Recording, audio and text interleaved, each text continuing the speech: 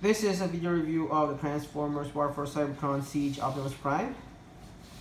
Now I got this figure maybe a month ago at the local toy room here in Melbourne.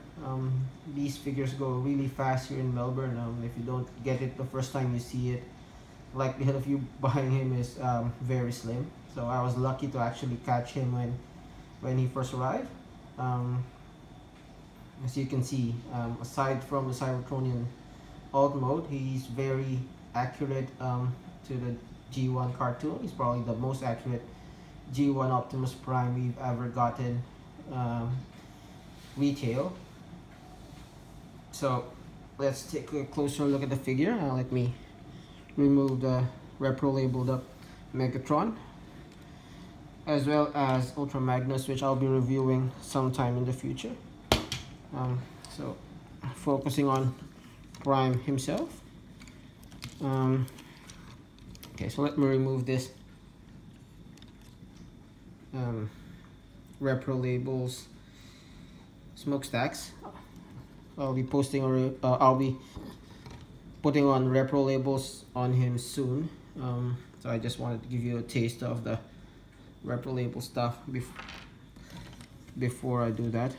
I wanted to review him in his plain mass release version before I actually put some customizations on.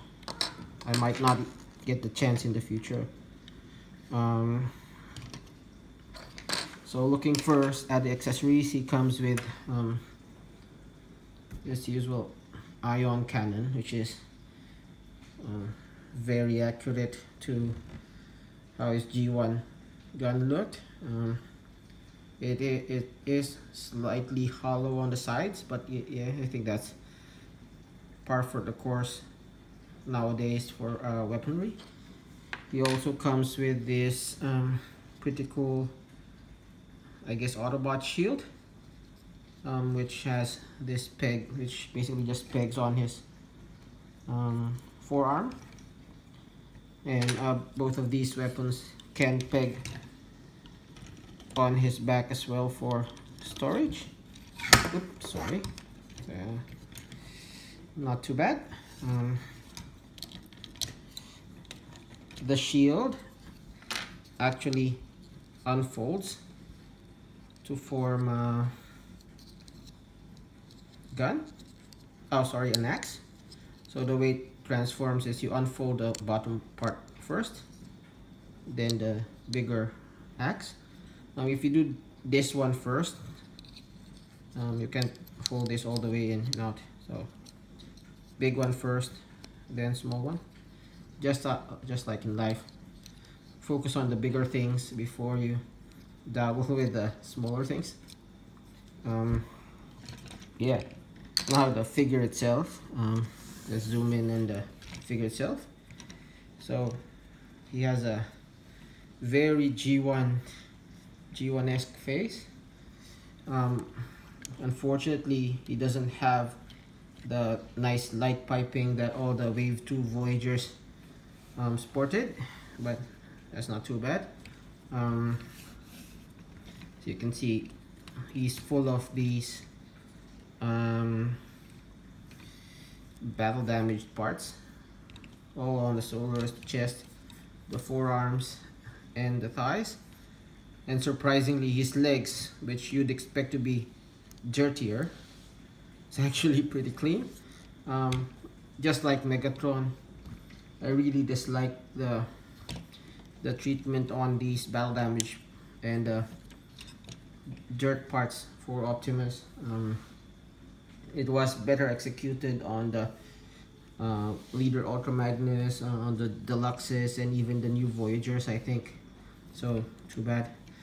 As I've said, I've gotten the repro label set for this guy, and that'll pretty much cover up all these battle damage. So yep, that's gonna get that bit sorted.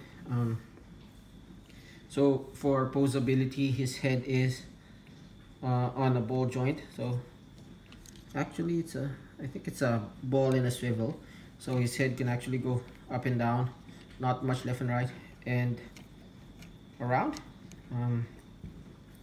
His shoulders can go all the way, all the way out all the way around. This smokestack actually folds up, giving you more room for the arms.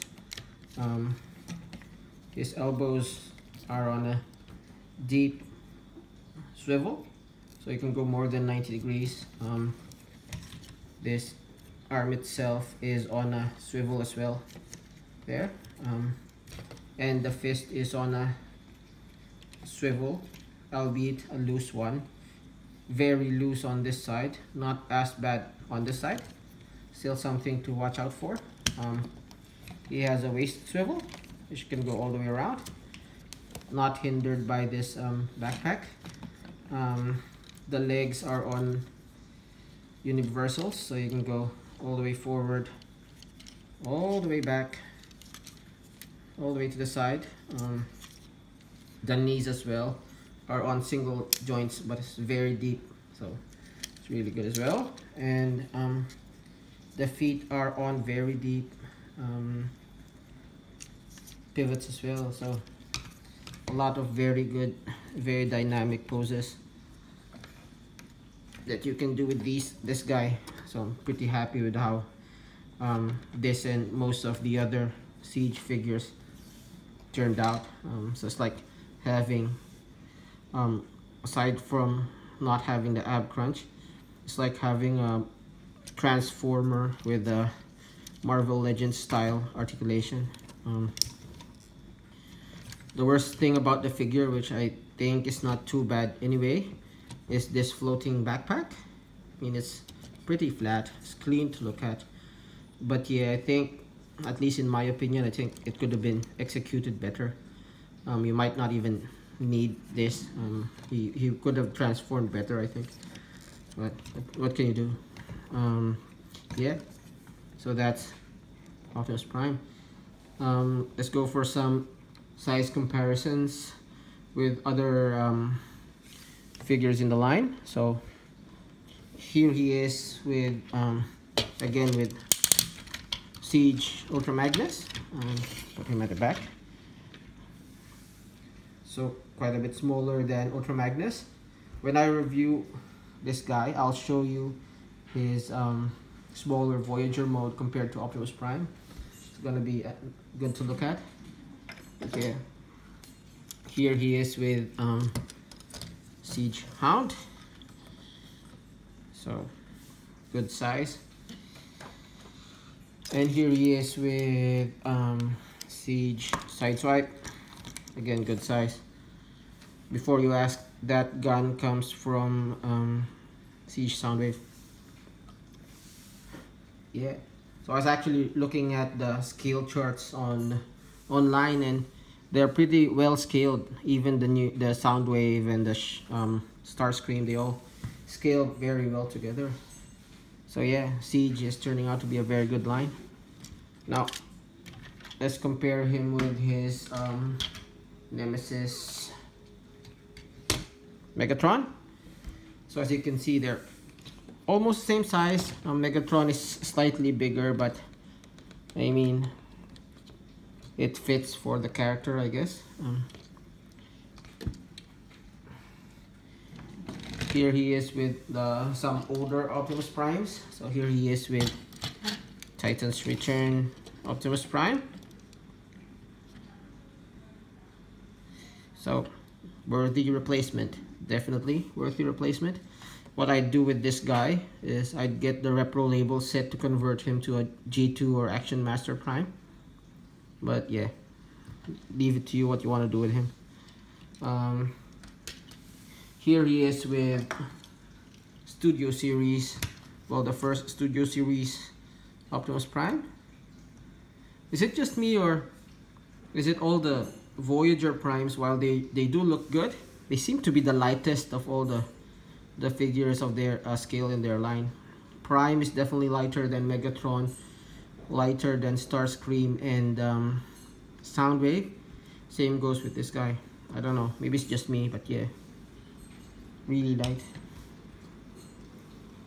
And then the other Optimus Prime that we got recently, here he is with it's too big, Power Up the Primes Optimus Prime. So yeah, I mean, this guy's good, don't get me wrong, but he's doesn't scale with anything. It's just way too big. Maybe you can scale him with the masterpiece, but then I just rather get the masterpiece, right? Okay.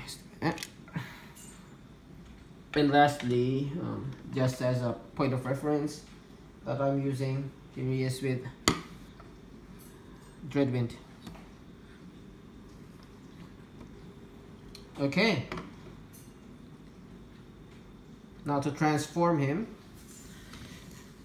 first thing you do is just start with the legs. So first thing I do is you'd fold the toe and the heel so they squeeze together. Same with the other one. Then you turn them at the knee. Same as the other one as well. This flap is actually in robot mode. That flap pegs to that hole. I'm sorry, let me show you. That peg to that hole. You unpeg that. You close this and set it flush to that, and then just leave it hanging for now. And then and this one, it actually swivels from here. You swivel so that it's on the outside. So let's do the same on the other side. Albeit don't need to slow down, I guess. And then the last thing is this part. Unpegs here. This thing tends to pop out for me. And then unpeg the other side as well. So yeah, so that's the legs. Then at the waist you split it like so. Grab those wheels there and fold it down. If you don't fold it down before putting the head in, you won't be able to put the head in. There's just not enough clearance, so just fold the wheels down. Fold it all the way here for now for clearance. Do the same on the other side. Yep. And then I guess let's do the arms. So for the arms, just fold this flap so it's unpegged, and fold this lower flap so it's facing forward. Do the same here. Now open up the chest. So just open that up. Now that we put the wheels down, he'll have clearance to put his head all the way in, like that.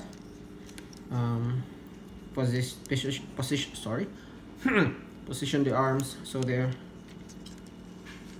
like this, as you would normally a lot of the Optimus Primes that we've had in the past. Position him like so, and then this backpack, oh sorry, you won't be able, sorry, let me pull that back out.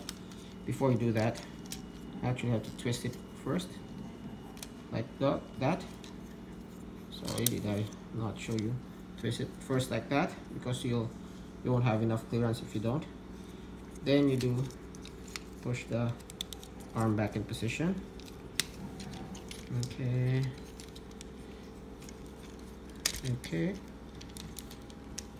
And now finally, and this is the scary part, you need to be careful with when doing this, because as you can see, right, I'm already starting to lose some paint. It's easy to fix. Just use a silver Sharpie and tighten up those lines. But yeah, as you transform him, the paint gets rubbed off. What can you do? Okay, so going back, this flap, open it up, unfold this and that, and unfold the bumper. And lastly, you unfold the entire thing so it covers the front of the cab, and then you close that up, and just tighten up the figure, I guess. Sit flush there, that peg hole,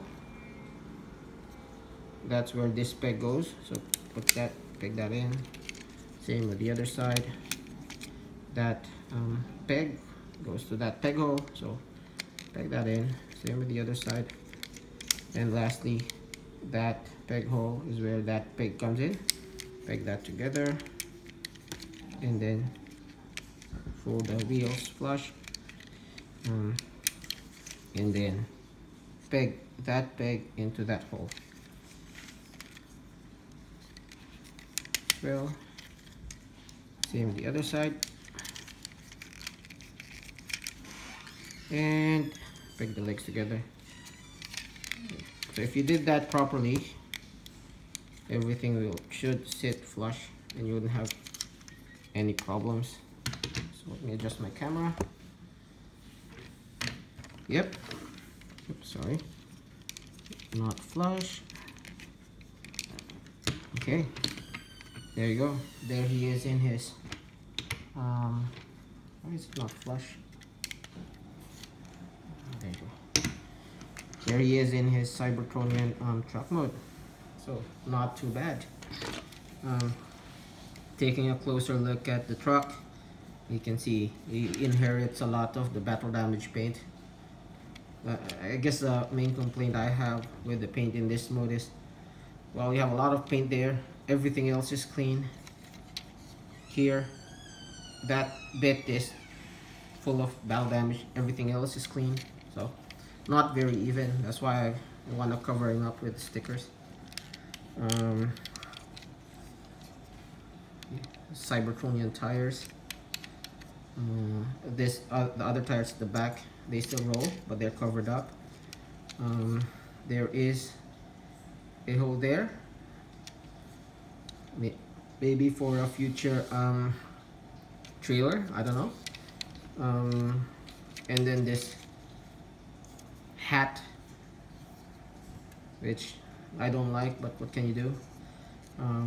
The windshield, that front bumper, and those lights and the top lights, they're all clear plastic, so that's an odd decision. And I really don't like the fact that they're all the same color. And yep, repro label should fix that as well. There's a big gaping hole there, but it's not really that bad to look at if you ask me. So yep, not a bad outlook. So you can store his weapons at the back. Store the shields as well. So not too bad. Or what I usually do is I just put the gun there and the shield there. Okay, not too bad. So yep. Now for some size comparisons. Here he is with Siege Sideswipe and Siege Hound. So I guess they're fairly good scaled. Hound less so than Sideswipe. Okay, so that's Hound. That's Sideswipe. My point of reference when scaling is I just try to imagine what size a person would be driving Prime and try imagining him getting driven by that same person. So that's actually a good size. Regular Titan Master. Same here. Looking at Hound, maybe good scale as well. Yep. Now here he is with the other primes that I have. Here he is with Titan Stern Optimus. So not in scale at all. But then this guy, the whole thing transforms to a robot, and this is just a cab. So yeah. Here he is with Studio Series Movie Prime. Quite a bit longer, but quite a bit less chunky. And here he is with Power of Primes, Optimus Prime's cab. So part of Optimus Prime's cab is a bit smaller than Siege Prime. One thing that I've been meaning to try was how does the trailer look? Doesn't look good at all. And the peg is at recessed there, so there's no way for it to to peg in there, so not good at all. Yeah, so those are the comparisons. Yeah, so all in all, I think is a very good rendition of Optimus Prime. Of course they took a lot of liberties in making his Cybertronian out mode, but other than that, you know, it looks really good. Yeah, so there he is. So that was the review for Transformers War for Cybertron Siege Optimus Prime. Thanks for watching.